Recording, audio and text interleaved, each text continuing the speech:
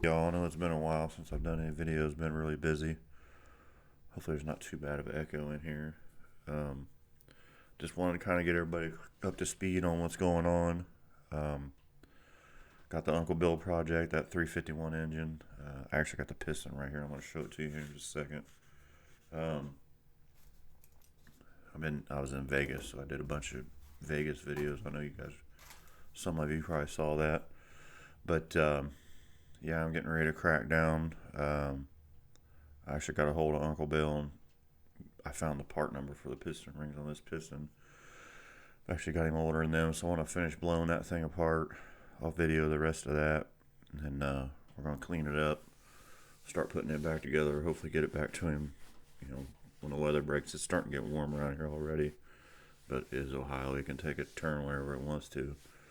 Um, and then I got some other stuff I'm going to try and go over tonight, just little stories about back when I was racing and stuff.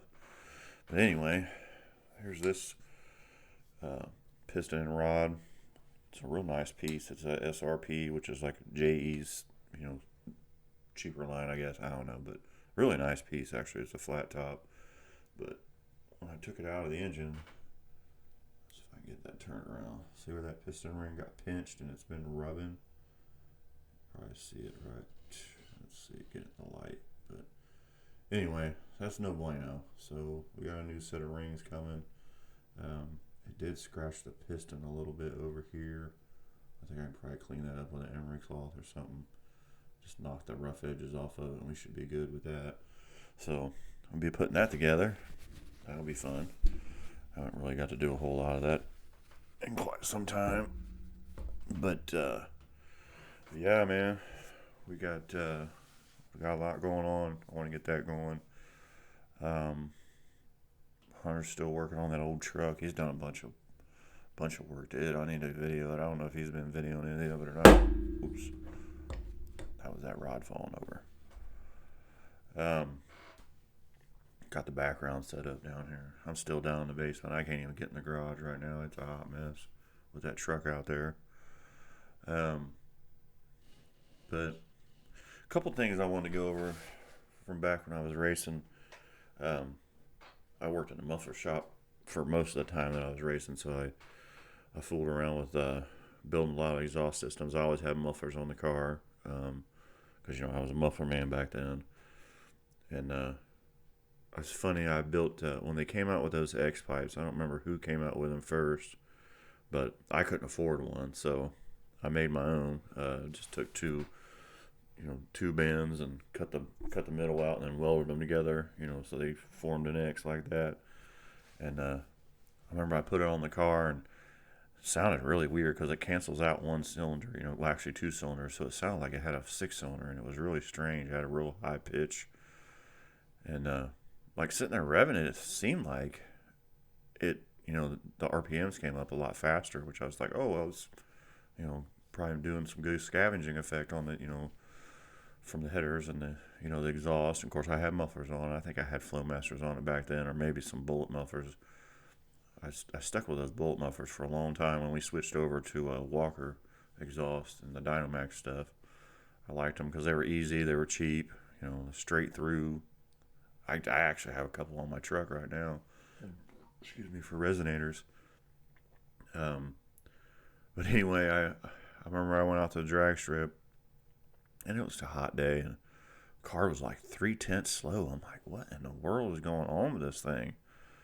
So I took the exhaust off and, we always kept logbooks and I was like, weather-wise, it should be 3/10 quicker than what it is. So I took the exhaust system off of it and the car picked back up. It was running its regular time. So that thing killed at 3/10. So before I did anything rash, I was like, I had my old exhaust, which was just, I don't even think I had an H pipe in it or anything. It was just, straight piece, the bullet, and the dump. Put those on it, didn't slow it down one bit. Put that X pipe back on it, and it actually cooled off a little bit that night. So I was like, well, this should be a good test. Slowed the car down 3/10. I was so pissed. Everybody hyped these things up, and it just didn't work. And then here recently, I remember on Motor Trend channel on Engine Masters, They did a straight pipe, a H pipe, and an X pipe, and the X pipe killed power. It was crazy. And I've had guys that swear by these things. I'm like, dude, take that thing out of there. It's slowing the car down. It's crazy. And then I remember the first time I got a set of slicks. I bought some old used slicks from the motorcycle racing guys, because they ran one big wide tire. So I'd buy all their used ones because I had an old crappy street car. I remember the first time, man, I was down on the big end and I didn't have enough air in those things. And when I let off, the tail was wagging the dog, man. It was crazy. But it was so much fun because, when you'd hit the gas, it wouldn't spin. It would actually, put you back in the seat. Of course, it was like, the car only ran like 1380s or something. I thought it was a beast, back then because it was just an old, pretty much street car.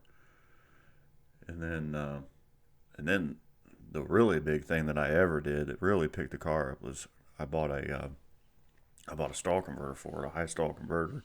It wasn't a very good brand. I don't even think they make them anymore. They were called GERs. Everybody called them grenades. I ran that converter for years. I sent it down to Cincinnati twice and had it worked on, and they loosened it up for me, and I think they might have took the sprag out of it or something. I don't remember what all we did to it, but I remember the first time I put that in the car. Like I said, it ran like 1380s and 60 footed like 2 seconds or something, 2.4 seconds or something like that.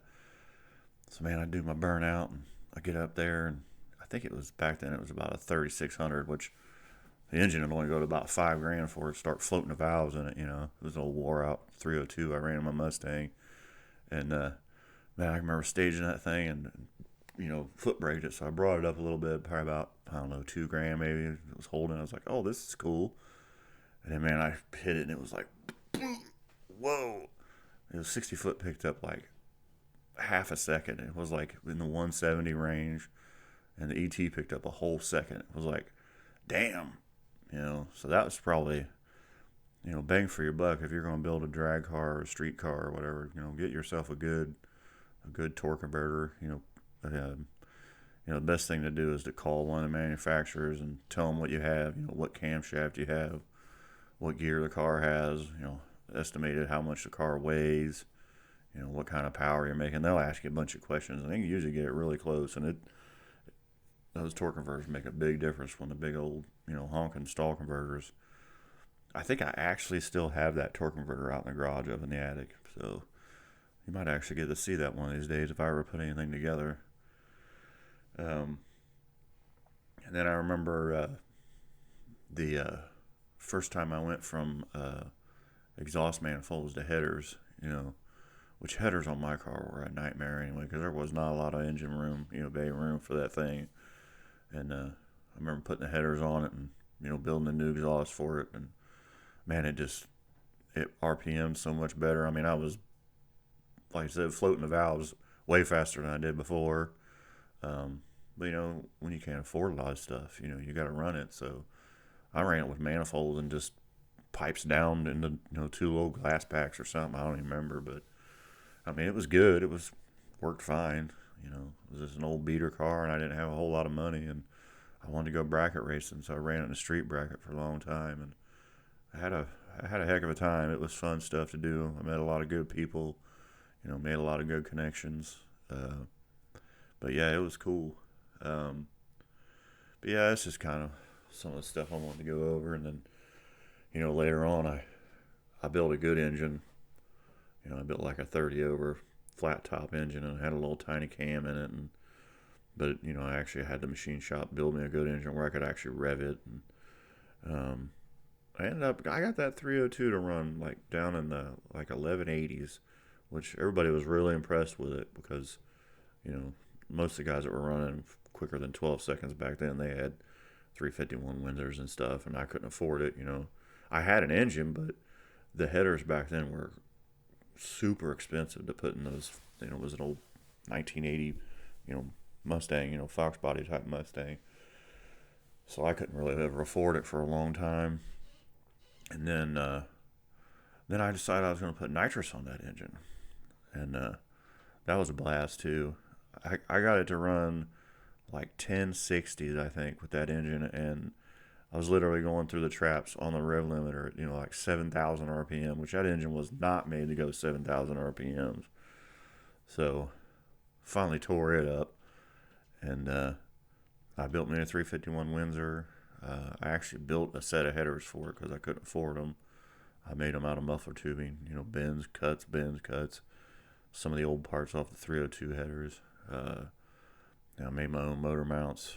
That thing was, for what it was stock heads, and I ported them. They were stock valve size. Same cam that I ran in the 302, which was only like a little 500 lift, flat tappet hydraulic. And that car run 1130s all day long like that. It did not care. They were set of the old 69 351 Windsor heads. I cut all the D port out of the exhaust and stuff. I actually had those heads out in the garage still. I did end up getting the bigger valves in it, like the Chevy type valves in it later on. But the car never really picked up much doing that. It was kind of strange. But, I mean, it did. I did get it down, because we started running 8 mile. I got it down to where it run like, 680s on a really good day, 690s, usually like 7 flat, which is like 11 flat, maybe dipped into the 10s. I never did, but that was all motor. I never ran any more nitrous anymore because I tore that 302 up, and that was a good little piece too. I felt kind of bad I did that to it. But yeah, it's just kind of some of my history of racing. Went down one time. Me and my buddy drove down to Tri-State with his car, ran it in 2 brackets. We ran this thing to death. I ran a trophy bracket, and he ran the street bracket. God, we wore that thing out. I mean, we drove an hour there, ran it all day long, drove it home. That thing was a beast. He still has that car, and it's really fast nowadays. So I'll be doing some video of that once the season gets open and cracking. He kind of took a little bit of a hiatus there for a while, but he went racing back in the summer, and he went some rounds. He's got some of the stuff on his YouTube channel. So, but yeah, that car's been in his family since it was brand new, and yeah, it's been a good car. We ran that shit out of that thing. But so now I got my dad's old car. He does a little bit of racing, but not much. He more likes just go make time runs in it and hot laps in it. So hopefully I might be able to get to maybe in the fall I might get to race that. I don't know. I got a lot of stuff going on this year. Got a lot of stuff going around the house. Got a lot of stuff I want to do on here. Because I want to try and do this for a year and see how it works out. See if it's going to be anything big, anything popular. So I started in October, so I got a ways to go. I got 7 months to go yet. So, but it's starting to do pretty good. I think it's gaining traction. I'm gaining subscribers. I think we're going to be good. So I appreciate all you guys, watching my stuff, liking my stuff, sharing my stuff, just all the good input I'm getting out of it. So like I said, I really appreciate all of you. I just want to try and keep up the good work. I know it's been quite a while since I've done anything, I'll be putting this on my podcast channel also on the audio side. So I haven't put much on there either. So, and that one's still going, even though I haven't put anything on it. So I got to keep those guys entertained. So, but, yeah, I'll probably try and do some more stuff this week. I want to finish getting that engine apart for sure. So stay tuned. Get out there and fix something.